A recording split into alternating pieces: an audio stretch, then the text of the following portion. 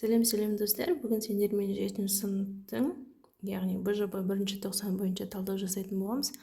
Hobbies and Leisure, яғни сенің хоббиіңмен демалысың туралы. Бұнда бізде тапсырманы орындауға 20 минут берілген. Біріншісі listening, яғни тыңдап барып true false екенін табатын боламыз. Олай болса кеттік, жалғастырайық. Яғни бірінші тапсырмада бізде Task 1. Listen to people talking about their free time. As the sentences true or false. You will listen to the recording twice. Яғни, екі рет тыңдап барып, біздегі екі адам туралы сөйлесіп тұр. Олардың не туралы айтылған және true, яғни false екенін табатын боламыз. Jack doesn't love watching sport. Яғни, Jack телевизор спорттарды көргенді ұнатпайды. Яғни, бізде false.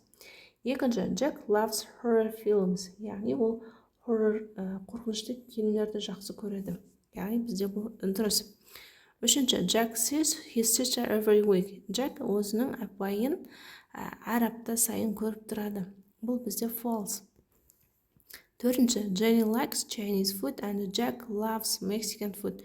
Jenny Қытай тамағын жақсы көреді, және де Jack Мексикан тамағын жақсы көреді дейді. Бізде бұл false. Бесінші, Jenny loves soap operas, яғни бұл бізде араласқан опера туралы, яғни әртүрлі жанрлардың қосындысы. Бұл бізде true. Алтыншы, Jenny likes flying, яғни Jenny ұшқанды жақсы көреді ма? Яғни бұл бізде false. Келесі тапсырма бізде writing. Write sentences about your hobby and you should write full sentences with some connects and linking words but and because when will include the following information. Және де бізге өзіңнің хоббиің туралы жаз дейді. Мына сөздерді бізге қосып тұрып жазу керек болады. Мұнда сіздер өздеріңіздің хоббиларыңыз туралы жазсаңыздар болады. Мен мұнда кішкене сурет бойынша хоббим жаздым.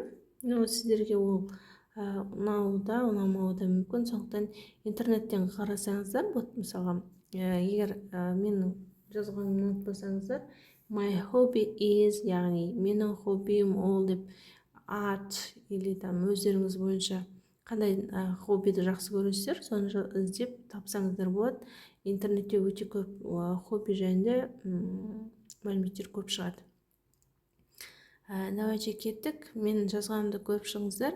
Мен жаздым drawing, яғни сурет салғанды жақсы көрем. I like drawing because I'm a creative person and I like doing things with my hands. Яғни мен сурет салғанды жақсы көрем. Мен өте креативный адаммын да. Сондықтан мен қолмен жұмыс істегенді жақсы көрем. Және де екінші, when and who you usually do it with. Қашан және сен бұны қай кезде, яғни кіммен жасаған жақсы көресің. I usually do drawing in nature.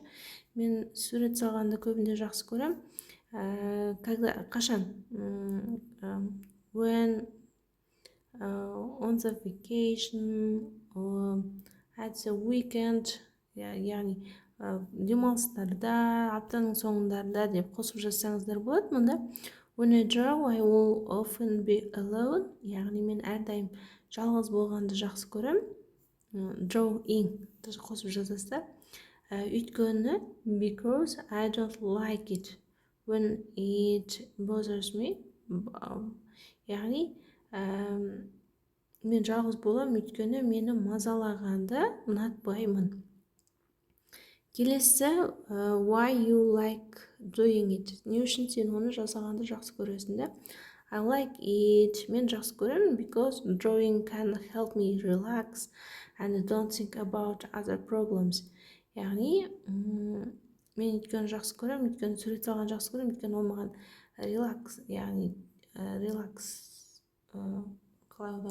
тыныштық сыйлайды, және де мен басқа да проблемаларымды бұл кезде ұмытамын деп жасаңыздар болады.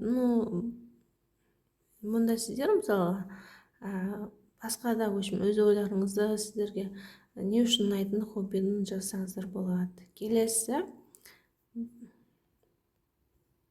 Келесінде is a hobby, яғни teenagers, яғни жасөспірімдердің арасында сенің хоббиң танымал ма деп айтады. I think that it is, мен ойлаймын да, мен teenagers, яғни жасөспірімдердің арасында менің хоббим танымал деп.